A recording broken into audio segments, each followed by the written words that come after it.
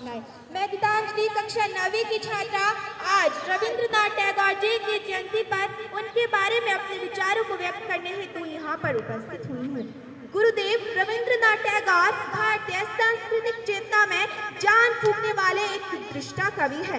वे एक प्रतिम कवि, साहित्यकार, मूर्तिकार, संगीतकार और नव भारत जागरण के शिल्पकार कवियों में से एक है, जिनका लोहा भारत ही नहीं अपितु समस्त विश्व मानता है।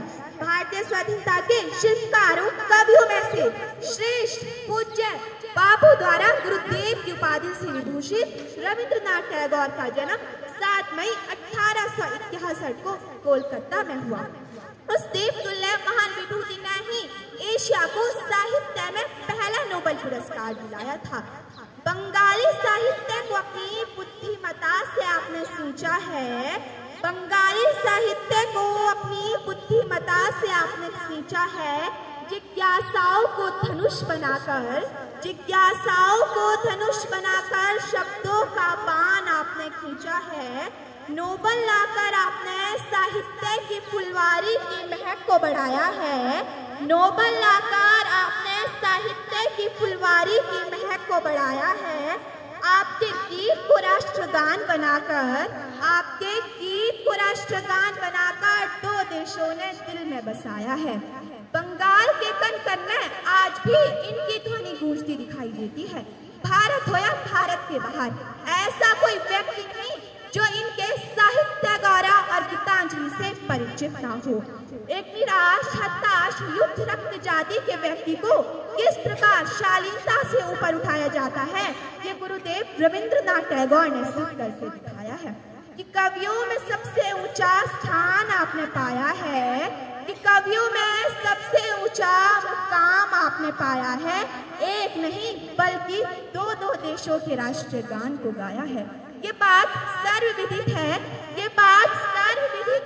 कि टैगोर दुनिया में मात्र एक ऐसे कवि है जिनका लेखन एक देश नहीं बल्कि 2 देश के राष्ट्रगान का दर्जा पाता है।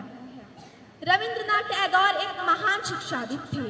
उन्होंने अपने उद्देश्य की पूर्ति के लिए विश्व भारती विश्वविद्यालय की शांति निकेतन में 1921 ईस्वी में यत्र भव्यति क्रीड़ा अर्थात पूरा विश्व एक घर है के उद्देश्य से विश्व भारती विश्वविद्यालय की स्थापना की और आज भी यह स्थानांतरण विश्वविद्यालय की ख्याति पाता है।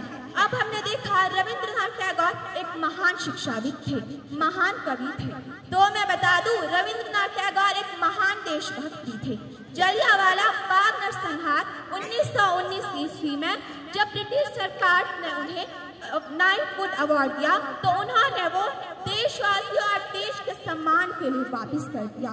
इन पंक्तियों के माध्यम से उनकी देशभक्ति साफ झलकती है कि ये मेरा देश है, मेरे बच्चों का देश है, मेरे पुरखों का देश है, ये मेरा भारत देश है। इस देश ने मुझे जन्म दिया, मुझे मजबूती दी और मैं अवश्य ही इस भारत देश में पुनः जन्म लूंगा।